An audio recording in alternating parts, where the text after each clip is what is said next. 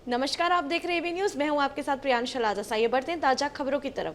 दिल्ली में बीजेपी नेता मनोज तिवारी ने अरविंद केजरीवाल पर निशाना साधा है। मनोज तिवारी ने कहा है कि मेरा मानना है कि अरविंद केजरीवाल इस पूरे शराब घोटाले के किंग पिन है।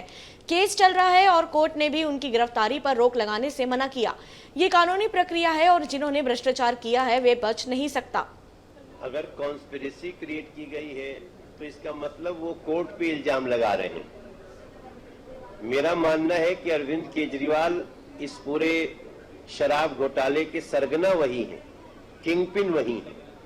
और देखो मेरे भाई बहन, भ्रष्टाचारी क्या बोल रहा है, आरोपी क्या बोल रहा है, इसका कोई मतलब नहीं है। अब ये केस चल रहा है और इस केस में कोर्ट ने भी उनकी गिरफ्तारी पे रोक लगाने से मना किया। ये सब कानूनी प्रक्रिया है। जो भ्रष्टाचार किया है वो बच नहीं सकता।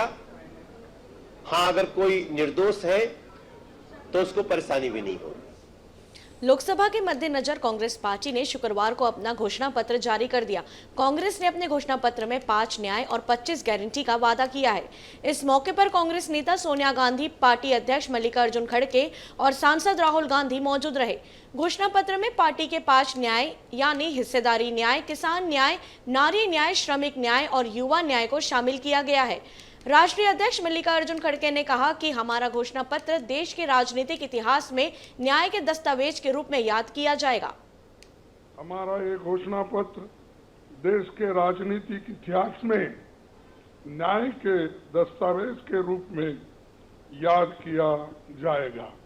चुनाव है, ये लोकतंत्र को और संविधान को बचाने का चुनाव है।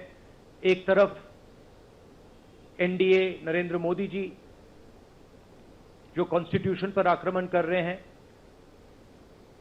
लोकतंत्र पर आक्रमण कर रहे हैं, इंस्टीट्यूशंस को कैप्चर कर रहे हैं, और दूसरी तरफ इंडिया अलायंस जो कॉन्स्टिट्यूशन की रक्षा करता है, लोकतंत्र की रक्षा करता है। तो ये चुनाव इन दोनों फोर्सेस के बीच में है। मध्य प्रदेश के पूर्व मुख्यमंत्री शिवराज सिंह चौहान ने भाजपा के स्थापना दिवस पर बधाई दी।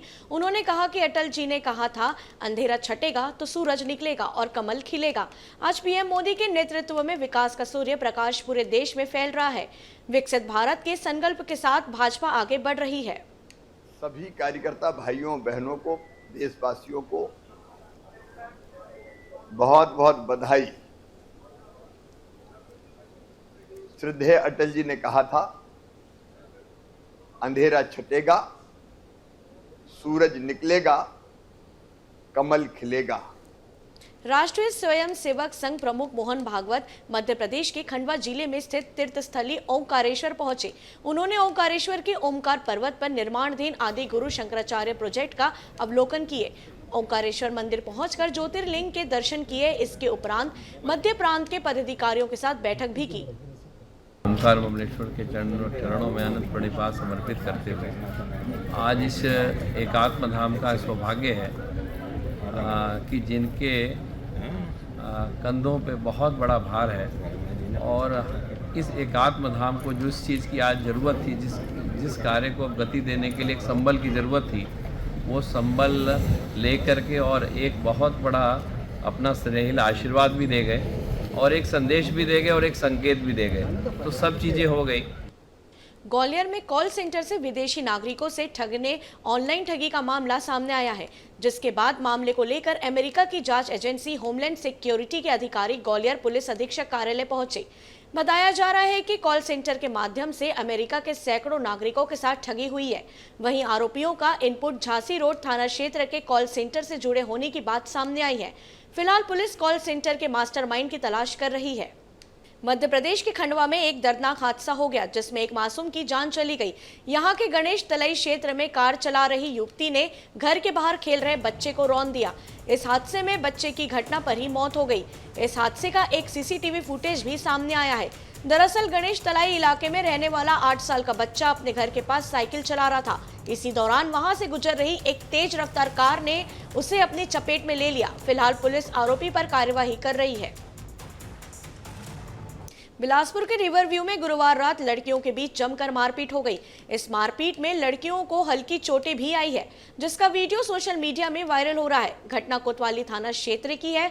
वायरल हो रहे वीडियो में लड़कियां एक दूसरे का बाल खींचते और मुक्का मारते दिख रही है। इस दौरान रिवर व्यू में आम पब्लिक का जमावड़ा लग गया, लेकिन लड़ाई कर रही लड़कियों को किसी ने छुड़ाने की हिम्मत नहीं दिखाई, न ही घटना को लेकर किसी ने पुलिस को जानकारी दी। रायपुर के भारत माता चौक के पास बिजली विभाग के गोदाम में रखे ट्रांसफार्मर में अचानक धमाका हो गया, जिससे उसमें भीषण आग लग गई। जानकारी के अनुसार गोदाम में रखे 1500 ट्रांसफार्मर जलकर खाक हो गए हैं। बताया जा रहा है कि गोदाम में करीब 6000 ट्रांसफार्मर है। पूरा मामला गुड़ियारी थाना क्षेत्र का है।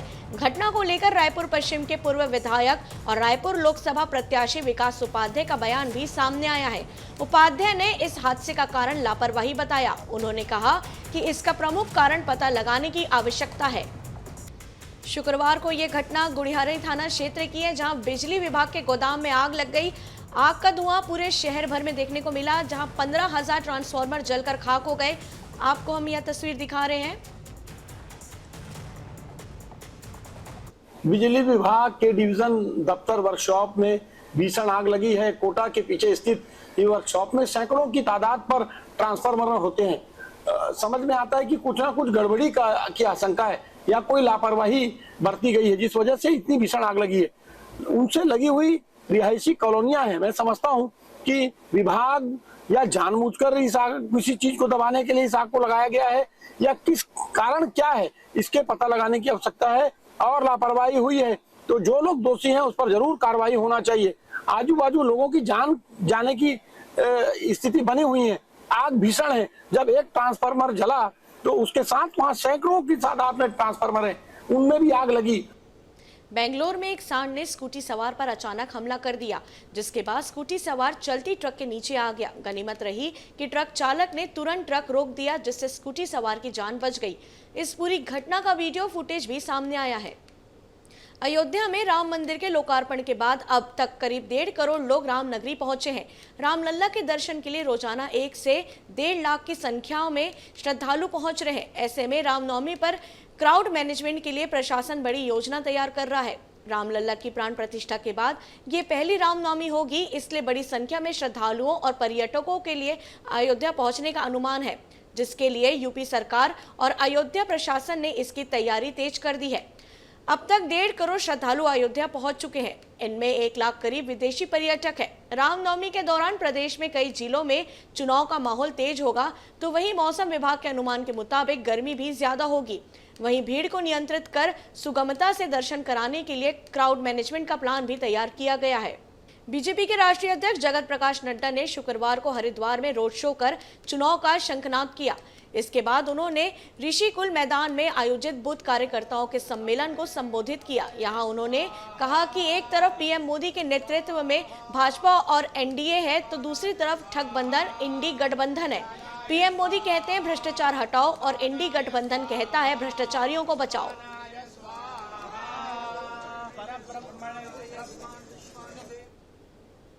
इस बुलेटिन में फिलहाल इतना ही। देश प्रदेश की खबरों के लिए देखते रहिए एबी न्यूज। नमस्कार।